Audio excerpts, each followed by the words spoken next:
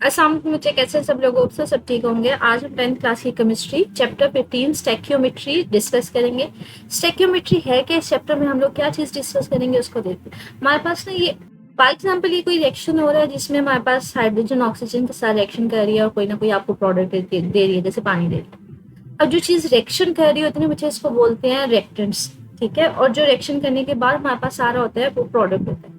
Stoichiometry basically हमें बताती है कि जो रिएक्शन में हम रिएक्टेंट्स ले रहे हैं इनकी क्वांटिटी कितनी लेनी है, क्वांटिटेटिव मेजर बताती है कि कितनी मैंने मिकदार लेनी है, कितने इसके मोल लेने हैं, कितने इसके ग्राम लेने हैं, कितने मोल लेने हैं। तो बेसिकली क्वांटिटेटिवली हम मालूम कर रहे होते हैं कि कितने हमें रिएक्टेंट्स चाहिए, कितने हमें प्रोडक्ट्स चाहिए। ठीक है, तो यहाँ पे स्टोइकियोमेट्री वो ये कर रहा है, इसकी क्वांटिटेटिव स्टडी है। क्वांटिटेटिव स्टडी का मतलब है जिसमें हम क्वांटिटी को डिस्कस कर रहे होते हैं of the reactants and products in chemical reaction के। अगर कोई केमिकल रिएक्शन हो रहा है तो हमें कितने उसके रिएक्टेंट्स चाहिए, कितने प्रोडक्ट्स से चाहिए। तो बेसिकली हम लोग यहाँ पे वही देखेंगे, अगर कोई रिएक्शन हो रहा है तो अगर कोई इक्वेशन दी हुई है तो वहाँ पे हम रिएक्टेंट्स की कंसंट्रेशन मालूम करेंगे, प्रोडक्ट की क्वांटिटी मालूम करेंगे। तो इस पूरे चैप्टर में हम बेसिकली न्यूमेरिकल से रिलेटेड क्वांटिटेटिव मेजरमेंट करेंगे। ठीक है, तो स्टार्ट करते हैं, इसके इंट्रोडक्शन की तरफ चलते हैं। सबसे पहला आता है मोलर वॉल्यूम। मोलर वॉल्यूम है क्या? पहले हम इसको डिफाइन करेंगे, इससे रिलेटेड फिर कुछ न्यूमेरिकल्स को डिस्कस करेंगे।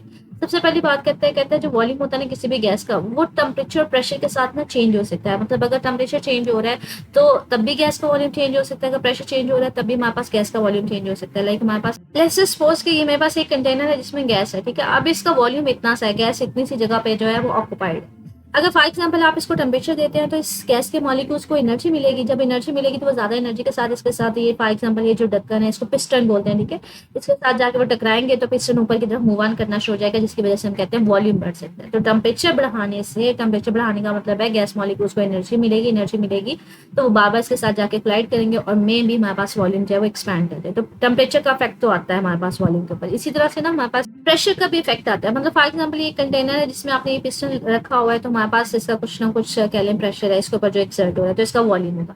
अगर आप बाइट से प्रेशर इंक्रीज कर दें, बाइट से इसके ऊपर ज्यादा फोर्स लगाएं, पिस्टन को नीचे की तरफ लगा दें, तो बच्चे हमारे पास प्रेशर उसका गैस का वॉल्यूम क्या हो जाएगा, वो कम हो जाएगा। तो अगर मैं बाहर से इसको पुश करती हूँ, बाहर से इसके ऊपर फोर्स लगाती हूँ, प्रेशर एक्सर्ट करती हूँ, तो पिस्टन नीचे की तरफ आ जाएगा, वॉल्यूम कम हो जाएगा। तो इसका मतलब है अगर कहीं पे भी किसी गैस का अगर हम टेम्परेचर चेंज करते हैं या उसके ऊपर प्रेशर हम कम ज्यादा करते हैं तो उसका वॉल्यूम जो है वो चेंज हो सकता है। लेकिन अब वो हम यहाँ पे कह रहे हैं कि हम लोगों ने क्या करना है कि कहते हैं अगर हम लोगों ने डिफरेंट गैसेस के वॉल्यूम हमारे पास कंपैरिजन करना है ना, वॉल्यूम का कंपैरिजन करना है, वॉल्यूम को कंपेयर करना है, तो इसका मतलब है पहले मुझे प्रेशर और टेम्परेचर को ना सेट करना पड़ेगा। एक स्टैंडर्ड वैल्यू लेनी पड़ेगी प्रेशर की भी और टेम्परेचर की भी, ताकि वो उसी वैल्यू के ऊपर मैं डिफरेंट गैसेस के जो वॉल्यूम है वो लूँ। मतलब हमारे पास एक फिक्स वैल्यू जो है वो स्टैंडर्डाइज कर दी जाएगी टेम्परेचर की भी और प्रेशर की भी, ताकि उसी प्रेशर के ऊपर उसी टेम्परेचर के ऊपर हर गैस का जो वॉल्यूम है उसको लिया जाए, उसको कंपैरिजन किया जाए। तो हम लोग एक स्टैंडर्ड वैल्यू ले लेते हैं, उसको स्टैंडर्ड हमारे पास टेम्परेचर प्रेशर बोला जाता है। ठीक है, इसको हम लोग कह सकते हैं RTP, room temperature and pressure. मतलब रूम के ऊपर जो हमारे पास रूम टेम्परेचर जो होता है हमारे पास यूजुअली वो 25 डिग्री सेल्सियस है, हम लोग उसको लेंगे। मतलब हर गैस का जो वॉल्यूम है हम किस टेम्परेचर पे लेंगे, 25 डिग्री सेल्सियस के ऊपर। और इसी तरह से जो प्रेशर है वो भी एटमॉस्फेरिक प्रेशर, रूम प्रेशर लेंगे वो 1 एटमॉस्फेयर होता है। तो वो भी हम लोग किसी भी गैस का वॉल्यूम लेंगे वो इसी टेम्परेचर पे लेंगे और इसी प्रेशर के ऊपर लेंगे, क्योंकि मैंने पढ़ा है कि हमारे पास प्रेशर टेम्परेचर जो है ये चेंज होने से वॉल्यूम भी चेंज हो जाएगा। लेकिन अगर मैंने वॉल्यूम का कंपैरिजन करवाना है गैसेस का तो इसका मतलब है फिर टेम्परेचर और प्रेशर का इफेक्ट नहीं आना चाहिए। तो वो हमारे पास फिर क्या होगा, हम उसको स्टैंडर्डाइज कर लेते हैं, हम एक फिक्स वैल्यू के ऊपर सारे गैसेस की जो वॉल्यूम है उसको कंसीडर करते हैं। तो फिक्स हम कौन सा लेते हैं, हम रूम टेम्परेचर प्रेशर ले लेते हैं। रूम टेम्परेचर जो होता है वो 25 डिग्री सेल्सियस होता है और रूम जो प्रेशर होता है 1 एटमॉस्फेयर होता है। अब हमारे पास ना यहाँ पे टेम्परेचर को एक तो डिग्री सेल्सियस में दिया हुआ है, एक केल्विन में। हम लोगों ने टेम्परेचर के ना डिफरेंट यूनिट्स पढ़े थे, हमने डिग्री सेल्सियस पढ़ा था, हमने केल्विन पढ़ा था, इसके अलावा हमने फ़ारेनहाइट पढ़ा था। तो आपके पास डिफरेंट जो यूनिट्स हैं हमारे पास ये किसके हैं, ये टेम्परेचर के। जैसे हम लोग लेंथ को मालूम करते हैं ना, हम लेंथ अगर मेरे पास एक रॉड है तो हम इसकी लेंथ जो है वो मीटर में भी मालूम कर सकते हैं, सेंटीमीटर में भी मालूम कर सकते हैं। ठीक है, इसी तरह से टेम्परेचर को ना, तो इन तीनों जो टेम्परेचर स्केल्स होते हैं इसमें जो एसआई यूनिट होता है बच्चे वो केल्विन होता है। ठीक है, जो स्टैंडर्ड यूनिट होता है वो केल्विन। तो अगर आपके पास रूम टेम्परेचर 25 डिग्री सेल्सियस और आपने उसको केल्विन में कन्वर्ट करवाना है तो केल्विन में कन्वर्ट करवाने के लिए हम लोगों ने ये फार्मूला पढ़ा था कि आपके पास जो भी डिग्री सेल्सियस में वैल्यू होती है ना उसमें 273 ऐड कर देते हैं। जब इसको 273 ऐड कर देते हैं तो वो आपको केल्विन दे देता है। तो अब ये देखिए हमारे पास टेम्परेचर डिग्री सेल्सियस में कितना था, 25 डिग्री सेल्सियस। अगर मैंने इसको केल्विन में कन्वर्ट करवाना है उसमें 273.15 होता है एग्जैक्टली। ये तो अप्रॉक्सीमेट आपके पास वैल्यू लिखी हुई है ना 273, अगर इसकी एग्जैक्टली देखें तो 73.15 होता है। तो 273 इसमें ऐड करेंगे 298.15 केल्विन आ जाएगा। ठीक है, तो ये हमारे पास स्टैंडर्ड टेम्परेचर है। जो हम इसको स्टैंडर्डाइज करेंगे, मतलब अगर डिफरेंट गैसेस का हम वॉल्यूम कंपेयर करना चाह रहे हैं तो हर गैस का जो वॉल्यूम है वो किस टेम्परेचर के ऊपर लेंगे, वो 25 डिग्री सेल्सियस पे ही लेंगे। कैल्विन में मैंने आपको बता दिया कैसे कन्वर्ट होता है। इसी तरह से प्रेशर है, बच्चे प्रेशर के भी ना डिफरेंट यूनिट्स होते हैं, जैसे एटमॉस्फेयर होता है, टॉर होता है। तो 1 एटमॉस्फेयर किसके इक्वल होता है, 760 टॉर के इक्वल होता है। ये एमसीक्यू में भी आ जाता है कि जो प्रेशर होता है 1 एटीएम 1 एटमॉस्फेयर वो कितने टॉर के इक्वल होता है, वो 760 टॉर के इक्वल होता है। ठीक है, तो जैसे ये हमारे पास आ जाएगा किसके इक्वल आ जाएगा, 760 टॉर के। तो ये हमारे पास एमसीक्यू में पूछा जाता है, तो ये याद रखिएगा। ठीक है, जैसे वो हम लोग पूछते नहीं है कि एक सेंटीमीटर में कितने मीटर्स होते हैं या 1 मीटर में कितने सेंटीमीटर होते हैं, ये उसी तरह से है। ठीक है, लाइक हम लोग ने ना यहाँ पे प्रेशर और टेम्परेचर की वैल्यूज है वो सेट कर दी है कि अगर मैंने डिफरेंट गैसेस का वॉल्यूम का कंपैरिजन करना है तो मैं हमेशा सब गैसेस का जो वॉल्यूम और लूंगी ना, वो किसके ऊपर लूंगी, स्टैंडर्ड रूम टेम्परेचर प्रेशर पे लूंगी। मतलब टेम्परेचर मैं इसको सेट कर दिया, हर गैस का 25 डिग्री सेल्सियस ही लिया जाएगा और प्रेशर कितना लिया जाएगा, 1 एटमॉस्फेयर। तो ये स्टैंडर्डाइज का कंडीशन हमने ली है टेम्परेचर और प्रेशर की, जब भी हम मेजरमेंट लेंगे किसी भी गैसेस के वॉल्यूम का। ठीक है, तब हम उनको कंपैरिजन कर सकते हैं, ताकि हम लोगों ने टेम्परेचर प्रेशर सेम लिया। ठीक है, कहते जब उन्होंने स्टैंडर्डाइज कर दिया ना टेम्परेचर प्रेशर को, मतलब सबका एक जितना ही प्रेशर लिया आरटीपी के, मतलब रूम टेम्परेचर प्रेशर पे, तो ये जब कंपैरिजन किया डिफरेंट गैसेस के वॉल्यूम का, तो उन्होंने देखा एक मोल जो है किसी भी गैस का लिया जाए, डिफरेंट गैसेस सारी की सारी गैसेस सेम वॉल्यूम ऑक्यूपाई कर रही थी। Approximately 24 DM cube decimetre cube जो है ना वो हमारे पास ऑक्यूपाई कर रही थी। कि अगर हम कोई सी भी गैस ले रहे थे, चाहे ऑक्सीजन है, चाहे हाइड्रोजन है, कोई सी भी, चाहे नाइट्रोजन है, हर गैस का एक मोल जो था ना वो हमारे पास सेम वॉल्यूम जो है वो ऑक्यूपाई कर रहा था, जिसको इसलिए हमने नाम दे दिया मोलर वॉल्यूम के। एक मोल जो होता है हमारे पास हर गैस का, वो सेम वॉल्यूम को ऑक्यूपाई करेगा, दैट इज 25 डेसीमीटर क्यूब, उसको मोलर वॉल्यूम कहा जाएगा। कहते हैं ये हमारे पास देखा गया कि हमारे पास कंडीशन सेम होनी चाहिए, मतलब टेम्परेचर प्रेशर सेम होगा। इसके अलावा अगर एक मोल है ना, एक मोल का मतलब है सब में एक जितना नंबर ऑफ मॉलिक्यूल्स है। मॉलिक्यूल्स अगर सेम है तो सबका वॉल्यूम भी सेम होगा। ये मैटर नहीं करता कोई गैस हैवी है या कोई लाइटर है। तो अगर कोई गैस हैवी है, कोई लाइटर है, अगर सेम नंबर ऑफ मॉलिक्यूल्स हैं तो इसका मतलब है हर गैस का वॉल्यूम जो होगा वो भी हमारे पास सेम होगा। मतलब हमारे पास जो मैस है या फिर जो साइज है किसी भी गैस मॉलिक्यूल्स का, वो वॉल्यूम को चेंज नहीं करेगा। वॉल्यूम किसके ऊपर डिपेंड करेगा, नंबर ऑफ मॉलिक्यूल्स के ऊपर। अगर नंबर ऑफ मॉलिक्यूल्स सबके सेम है, मतलब 1 मोल है सबका, तो सबका वॉल्यूम भी क्या होगा, वो सेम होगा। ठीक है, तो यहाँ तक हमारे पास मोलर वॉल्यूम आ जाता है। मोलर वॉल्यूम की स्टेटमेंट है क्या कि स्टैंडर्डाइज या रूम टेम्परेचर प्रेशर के ऊपर एक मोल जो होगा किसी भी गैस का, वो सेम वॉल्यूम ऑक्यूपाई करेगा, वो 25 डेसीमीटर क्यूब होगा।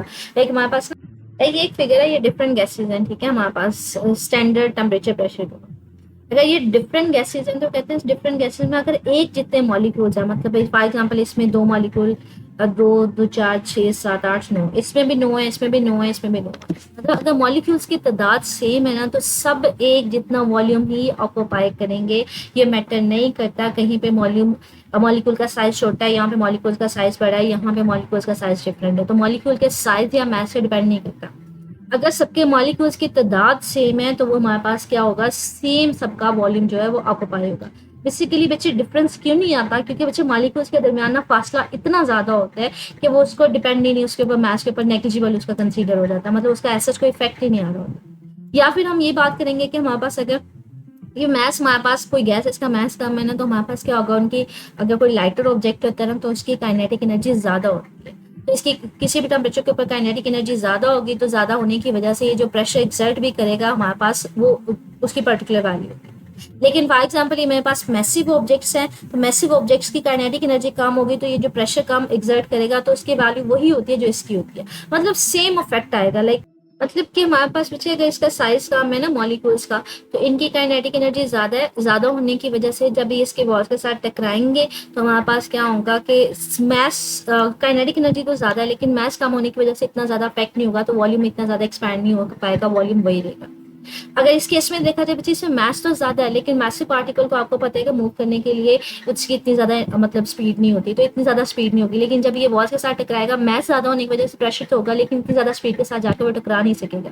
तो इसकी वजह से वो प्रेशर ऐसा नहीं होगा, तो इसका वॉल्यूम भी सेम होगा, इफेक्ट इतना ज्यादा नहीं होगा। या फिर हम ये कह सकते हैं कि मॉलिक्यूल्स के दरमियान डिस्टेंस गैसेस में इतना ज्यादा होता है कि उनका मास या साइज जो है वो डिपेंड नहीं करता, वो मतलब वो नेग्लिजिबल हो जाता है। तो आसान अल्फाज में मोलर वॉल्यूम है क्या कि कहीं पे अगर मॉलिक्यूल्स की तादाद सेम है डिफरेंट गैसेस के, सबका वॉल्यूम क्या होगा, एक जितना होगा, that is called the molar volume. कि अगर वन मोल में बच्चे कितने मॉलिक्यूल्स होते हैं, उसमें एक मोल में ना नंबर ऑफ मॉलिक्यूल्स होते हैं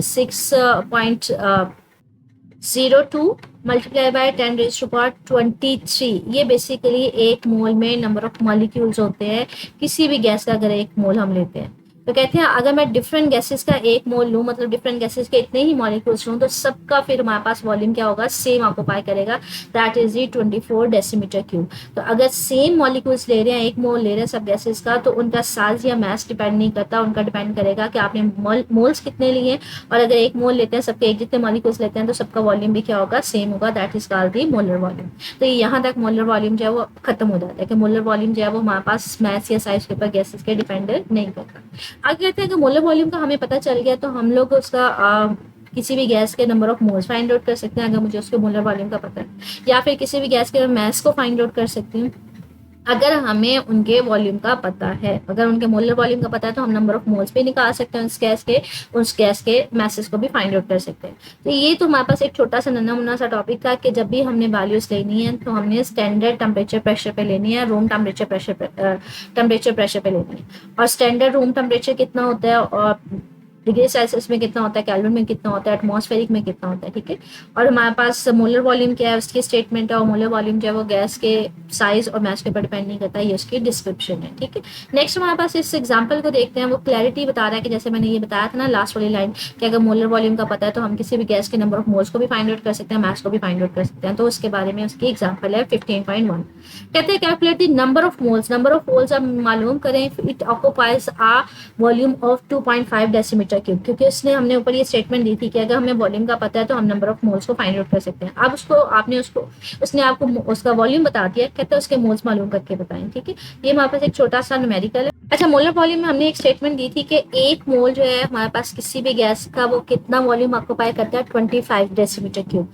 तो ये मैंने यहाँ पे लिख दिया कि 25 डेसीमीटर क्यूब बेसिकली कितने मोल जो है वो ऑक्यूपाई कर रहे होते हैं, 1 मोल ऑक्यूपाई कर रहे होते हैं। ये टोटल वॉल्यूम जो है 1 मोल ऑक्यूपाई करता है। आपके पास क्वेश्चन में उसने आपको कितना दिया हुआ है, उसने आपको जो वॉल्यूम दिया हुआ है 22.5 DM क्यूब दिया है, मतलब 24 टोटल है जो एक मोल जो है ना वो ऑक्यूपाई करता है। लेकिन वो कहता है आप मुझे बताएं 2.4 जो है वो कितने मोल जो है वो ऑक्यूपाई करेंगे। तो उसको सॉल्व करने का वे क्या है, पहले आप स्टैंडर्डाइज लिखें। स्टैंडर्डाइज हमारे पास क्या था कि हमारे पास टोटल वॉल्यूम 24 DM क्यूब कितने मोल ऑक्यूपाई करते हैं, 1 मोल।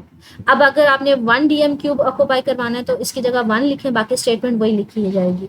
तो यहाँ पे अगर 1 लिखेंगे तो 24 जो है ना यहाँ पे जो होता है वो इधर जाके डिवाइड हो जाएगा, मतलब जो यहाँ पे जिसकी जगह आपने 1 लिखा होता है जो वैल्यू होती है ना वो उधर जाके डिवाइड हो जाता है, तो 1 डिवाइडेड बाय 24 मोल आ जाएगा। अब आपने कितने वॉल्यूम के लिए फाइंड आउट करना है, 2.5, तो हम लिखेंगे 2.5 DM cube will be occupied, बाकी सारी लाइन सेम होगी। अब हमने जो यहाँ पे तीसरे स्टेप में लिखना होता है ना, तो ये वाली जो वैल्यू होती है जाके मल्टीप्लाई हो जाती है, तो ये हमारे पास आ जाती है 1 डिवाइडेड बाय 24 मल्टीप्लाई बाय 2.5। तो हमारे पास जब इसको कैलकुलेट करेंगे 0.10 मोल, इसका मतलब है 2.5 DM क्यूब जो होगा हमारे पास कितने मोल उसको ऑक्यूपाई करेंगे, 0.10 मोल।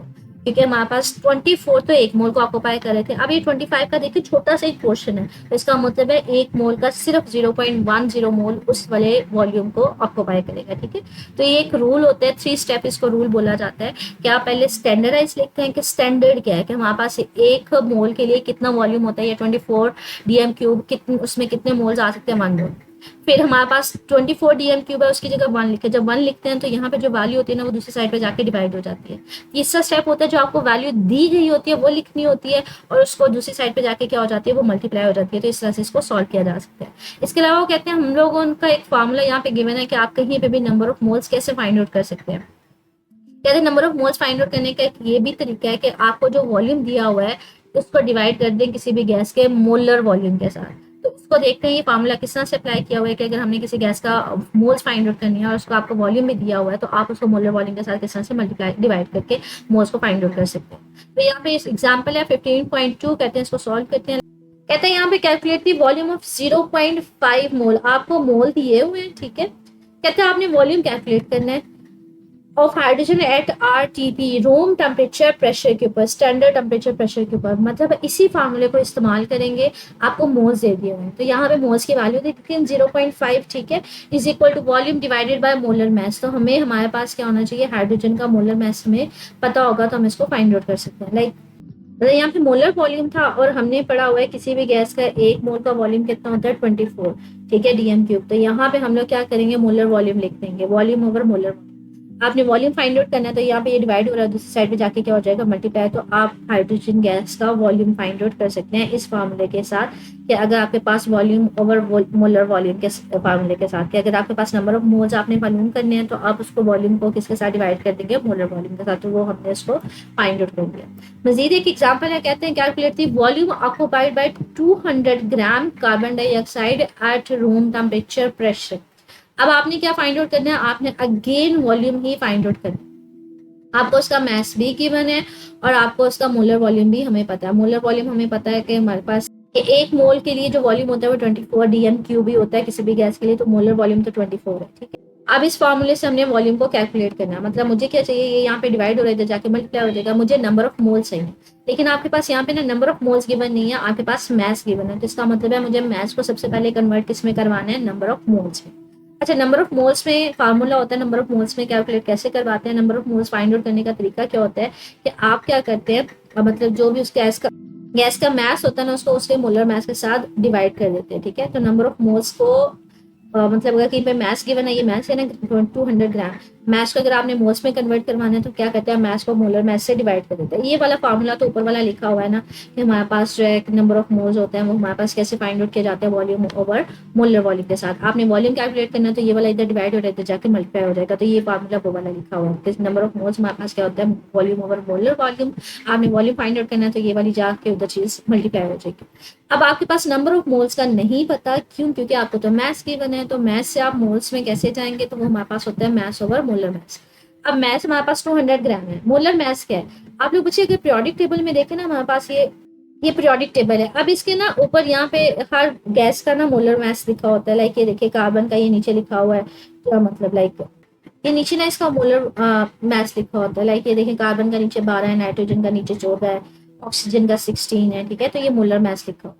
अब यहाँ पे हमारे पास क्या है, कार्बन डाइऑक्साइड है, एक कार्बन है, डाइऑक्साइड का मतलब है 2 ऑक्सीजन है। तो कार्बन डाइऑक्साइड का फॉर्मूला अगर मैं आपको लिख कर दूं तो ये हमारे पास होता है कार्बन डाइऑक्साइड, मतलब 2 ऑक्सीजन है। अब अगर मुझे इसका मोलर मास फाइंड आउट करना है तो मैं कैसे मोलर मास फाइंड आउट करूंगी, कार्बन क्या क्या है 12 है, ये नीचे लिखा हुआ है पीरियोडिक टेबल में, इसका छोटा सा करके लिखा हुआ है 12 और इसका क्या है 16 है, ठीक है। अब कार्बन हमारे पास कितने थे, एक, तो 12 इसका ये आ जाएगा। और हमारे पास ऑक्सीजन कितने थे, 2, तो 2 का मतलब हमारे पास क्या है, 2 को पहले हम लोग किससे मल्टीप्लाई करेंगे, एक ऑक्सीजन का कितना है 16, तो मैं 16 को किससे करूंगी, मल्टीप्लाई करूंगी 2 को। इन दोनों के मोलर मास को हम क्या करेंगे, ऐड कर देंगे। टोटल मोलर मास निकालना है ना, तो इसमें 2 गैसेस हैं, एक मेरे पास कार्बन है, एक मेरे पास 2 ऑक्सीजन के हैं। तो कार्बन का मोलर मास 12 है, ऑक्सीजन का मोलर मास कितने हैं 16 है, लेकिन इसमें 2 ऑक्सीजन के मॉलिक्यूल्स हैं तो इसको मैं 2 से मल्टीप्लाई कर दूंगी, तो ये टोटल 32 आ जाएगा। 32 में जब आप 12 ऐड करेंगे तो ये अप्रोक्सीमेटली हमारे पास कितना आ जाएगा, 44 आपके पास मोलर मास आ जाएगा। मोलर मास में होता है कि जो भी आप फार्मूला ले रहे हैं उसमें जितनी गैसेस होती हैं उनके मोलर मासेस को जमा करना होता है, ठीक है।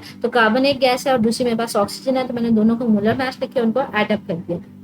मैथ्स ओवर मोलर मैथ्स, हमने जब इसको फार्मूले को लिखा तो हमारे पास नंबर ऑफ मोल्स की जगह मैंने इसको यहाँ पे फार्मूला लिख दिया, ठीक है, मल्टीप्लाई बाय मोलर वॉल्यूम। अब मैथ्स हमारे पास कितना था 200 ग्राम, मोलर मैथ्स कितना था मेरे पास 44 और मोलर वॉल्यूम तो 24 है, वो तो चेंज नहीं होगा। तो जब इसको आंसर सॉल्व किया तो 109 डीएम क्यूब हमारे पास आंसर आ गया, ठीक है। तो ये कोई सा एक न्यूमेरिकल आपसे शॉर्ट में पूछा जा सकता है, लॉन्ग क्वेश्चन में पूछा जा सकता है, ठीक है। तो कोई आपको न्यूमेरिकल्स की प्रैक्टिस होनी चाहिए। इसके अलावा ये जो आपके पास मोलर वॉल्यूम है इसकी आपसे डेफिनेशन पूछी जा सकती है, ये एमसीक्यू में पूछा जा सकता है, आरटीपी है क्या, ठीक है। तो ये लहदा से इसके अंदर शॉर्ट क्वेश्चंस बन गए हैं। ये देखिए हमारी एक्सरसाइज का फर्स्ट ही शॉर्ट क्वेश्चन है, what is the molar volume of A gas at RTP. तो इसमें मोलर वॉल्यूम की पहली वाली स्टेटमेंट आ जाएगी, ये वाली लाइन, ठीक है, यहाँ से लेके यहाँ तक कि मोलर वॉल्यूम जो है सेम, एक मोल जो है डिफरेंट गैसेस का वो सेम वॉल्यूम को ऑक्यूपाई करता है, इसलिए इसको मोलर वॉल्यूम कहा जाता है। अगला हमारे पास क्या कहते हैं, how does the concept of molar volume useful for us. तो ये हमारे पास लास्ट वाली लाइन थी इस टॉपिक ये वाली कि कंसेप्ट ऑफ मोलर वॉल्यूम हमारे पास हेल्पफुल है कि हम इसे नंबर ऑफ मोल्स को भी फाइंड आउट कर सकते हैं और इससे हम लोग किसी भी गैस का वॉल्यूम भी फाइंड आउट कर सकते हैं। ठीक है, तो ये देखिए हम लोगों ने यहाँ पे डिफरेंट फार्मूलास यूज किए ना, जैसे मोल्स भी हम फाइंड आउट कर सकते हैं, मोलर वॉल्यूम का पता हो, हम लोग वॉल्यूम को भी फाइंड आउट कर सकते हैं, तो ये हमारे पास इस फार्मूले से इसको डिटरमाइन किया जा सकता है। इसी तरह से देखिए हमारे पास फर्स्ट वाला न्यूमेरिकल प्रॉब्लम है, calculate the number of moles. पहले आपने क्या निकालना है, नंबर ऑफ मोल्स निकालने हैं, फिर आपने क्या मालूम करना है, वॉल्यूम निकालना है, फिर नंबर ऑफ मॉलिक्यूल्स निकालने हैं। आपको दिया हुआ है मैस दिया हुआ है मीथेन गैस का 4 ग्राम एट स्टैंडर्ड या रूम टेम्परेचर प्रेशर के ऊपर। तो आपको पास सिर्फ और सिर्फ मैस के बने, पहले वो कहता है नंबर ऑफ मोल्स मालूम करके दें, फिर वो कहता है वॉल्यूम मालूम करके दें, फिर वो कहता है टोटल नंबर ऑफ मॉलिक्यूल्स मालूम करके दें। तो इस न्यूमेरिकल को सॉल्व करते हैं इसी टॉपिक से रिलेटेड। तो सबसे पहले तो ये देखिए मोल्स निकालने का फार्मूला मैंने बताया था मैस ओवर मोलर मैस। ठीक है, तो इसको फाइंड आउट करेंगे। ये आपके पास स्टेटमेंट गिवन है कि मोल्स निकालने का फार्मूला क्या होता है, मैस ओवर मोलर मैस। आपने सबसे पहले क्या निकालना है, उसने कहा है आपको मोल्स फाइंड आउट करके। अब मैस ओवर मोलर मैस कैसे निकालते हैं, मैस आपके पास बच्चे गिवन है 4 ग्राम, आपने मोलर मैस निकालना है। मोलर मैस निकालने के लिए मैंने आपसे बताया था पीरियोडिक टेबल में जब आप देखते हैं ना, तो हर गैस का मोलर मैस यहाँ पे दिया हुआ है। अब ये हाइड्रोजन है, इसका नीचे दिया हुआ मोलर मैस हमारे पास क्या है, 1 है। इसी तरह से CH4 है, मतलब कार्बन है, कार्बन का मोलर मैस ये पीरियोडिक टेबल में नीचे दिया हुआ 12 है, तो कार्बन का मोलर मैस 12 है और हाइड्रोजन का कितने है, 1 है। अब आपके पास गैस में क्या है, मीथेन है, CH4 है, मतलब एक कार्बन है और 4 हमारे पास क्या है, हाइड्रोजन है। दोनों के मोलर मैसेज को हम लोग क्या करेंगे, ऐड करेंगे। अब हमारे पास कार्बन का मोलर मैस कितना था, 12। ठीक है, इसमें ऐड करेंगे हाइड्रोजन का, हाइड्रोजन का मोलर मैस कितना है, 1 है, लेकिन यहाँ पे एक हाइड्रोजन नहीं है, 4 है, तो 4 को मैं क्या करूंगी, 1 से मल्टीप्लाई करके जो भी हमारे पास हाइड्रोजन का मोलर मैस आएगा उसको मैं इसमें ऐड कर दूंगी। 4 और 12 कितने हुए, 16। तो मोलर मैस कितना आ गया हमारे पास, 16। तो मीथेन गैस का मोलर मैस कितना होता है बच्चे, 16। अब इन वैल्यूज को इसमें पुट ऑन कर देंगे, नंबर ऑफ मोल्स निकल आएंगे। मैस हमारे पास 4 था, मोलर मैस हमारे पास 16 था, 0.25 नंबर ऑफ मोल्स आ जाएंगे। मोल्स हमारे पास आ गए। अब हमने क्या निकालना है, वॉल्यूम निकालना है। वॉल्यूम के लिए हम लोगों ने ये वाला फार्मूला हमने देखा था टॉपिक में कि नंबर ऑफ मोल्स क्या होते हैं, वॉल्यूम ओवर मोलर वॉल्यूम होता है। अगर आपने वॉल्यूम निकालना है तो यहाँ पे मोलर वॉल्यूम इधर डिवाइड हो जाए तो जाके क्या हो जाएगा, मल्टीप्लाई हो जाएगा। तो ये फार्मूला मेरे पास क्या बन जाएगा, volume is equal to number of mole multiply by molar volume. ठीक है, नंबर ऑफ मोल्स हमने 0.25 निकाल लिए तो 0.25 आ जाएगा। मोलर वॉल्यूम मैंने आपको स्टैंडर्डाइज डिफाइन कर दिया था कि किसी भी गैस का एक मोल होता है वो कितने वॉल्यूम हमारे पास ऑक्यूपाई करता है, 25। तो मोलर वॉल्यूम क्या होता है, किसी भी गैस का 24 होता है, सॉरी, तो यहाँ पे 24 आ जाएगा। इसको मल्टीप्लाई करेंगे तो आपको टोटल वॉल्यूम दे देगा। अब आपने कितने निकालने हैं, हमारे पास टोटल नंबर ऑफ मॉलिक्यूल्स निकालने हैं। जब आपको मैंने टॉपिक करवाया था मैंने कहा था आपके पास एक मोल में कितने नंबर ऑफ मॉलिक्यूल्स होते हैं, 6.02 मल्टीप्लाई 10⁻23 इतने मॉलिक्यूल्स होते हैं। ठीक है, इसको एवोगाड्रोस नंबर भी बोला जाता है।